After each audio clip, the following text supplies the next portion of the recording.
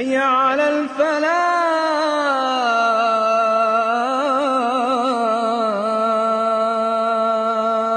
Islam Media.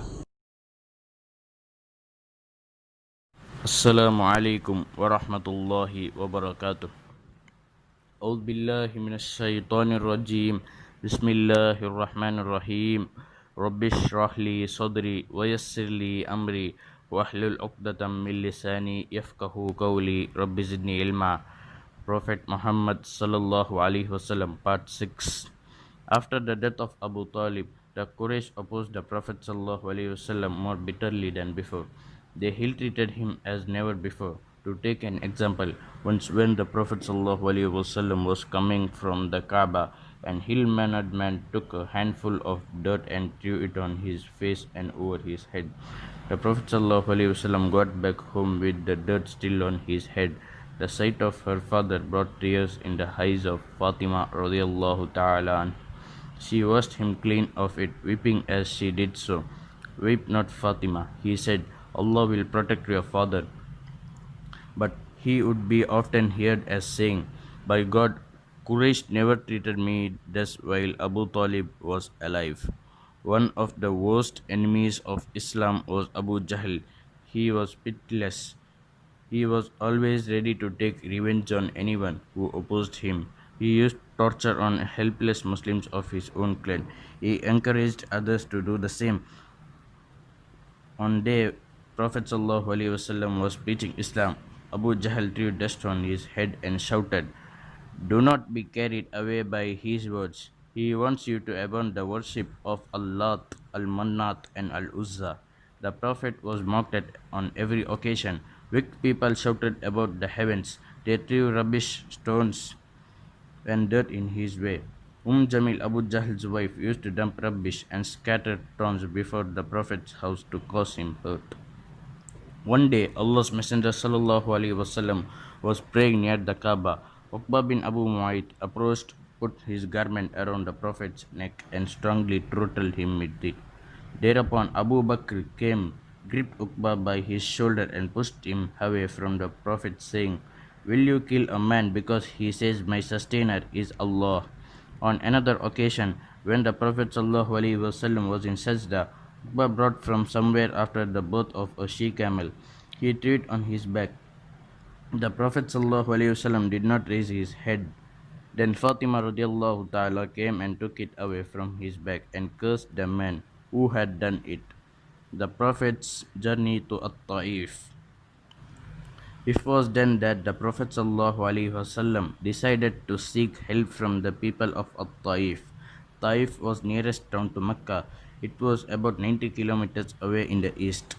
It was high up in the mountains and it had a nice climate.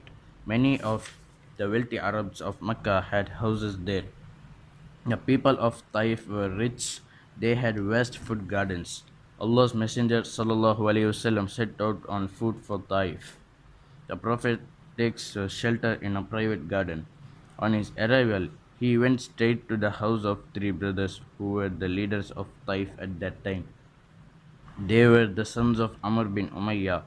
Allah's Messenger ﷺ sat with them, but when he asked them to accept Islam and help him against his enemies, they treated him very badly. They mocked and abused him. One of them said, "Couldn't Allah find none but you sent as a messenger, Prophet?"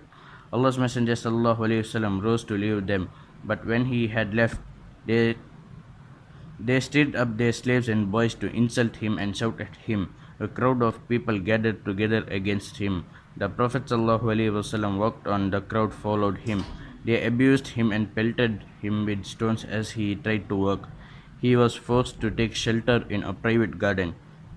The light of your face, wounded and bleeding, foot sore and tied, shoes sodden with blood. He sat under the shade of a vine to rest.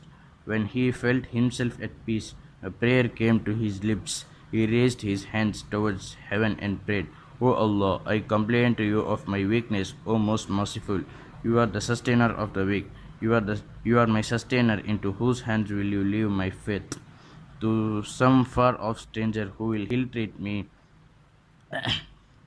or to an enemy who has power against me. I care not if you are not angry with me. Your favor is vaster for me. I take shelter in the light of your face which lights up darkness. It makes the things of this world and the hereafter right. Your pleasure alone is my aim. There is no power nor effective without you. The angel appears before the Prophet sallallahu alaihi wasallam. Allah had heard everything. He had seen anything that had happened. He sent an angel down to the Prophet ﷺ. The angel said to him, I am the angel of the mountains. Tell me, and I shall join these two distant mountains that will crush these people between them. But Allah's Messenger ﷺ answered, I rather hope Allah will bring out persons from among the children who will worship Allah, the One, and they will associate nothing to Him. Others, the Chishan, the place where the Prophet ﷺ had sat down to rest, belonged to Utbah and Shaiba. There were the sons of Rabi'ah. They had seen what had happened. For some time they watched the Prophet. Tender feelings rose within them. They said, thus the Chishan slaved with a cluster of grapes for the Prophet ﷺ to eat. When the Prophet ﷺ put his hands to the grapes, he said, Bismillah.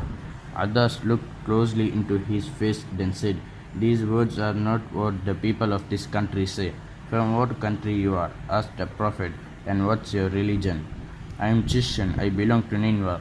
From the city of Yunus, the righteous sons of Matta. Asked the Prophet ﷺ, How do you know about Yunus, the son of Matta? Said Adas. He is my brother, said Allah's Messenger. He was a prophet and I am a prophet. Then Adas bent over him and kissed his hands, head and feet. When Adas came back to them, leaving the Prophet ﷺ to eat, the sons of Rabi'ah said, What made you kiss the man's head, hands and feet? He answered, There is nothing on earth better than this man. He has told me of things that only a prophet could know. Adas entered Islam. Allah's Messenger ﷺ left Taif and started on his way back to Makkah. وآخر دعواهم أن الحمد لله رب العالمين جزاك الله خير والسلام عليكم ورحمة الله وبركاته.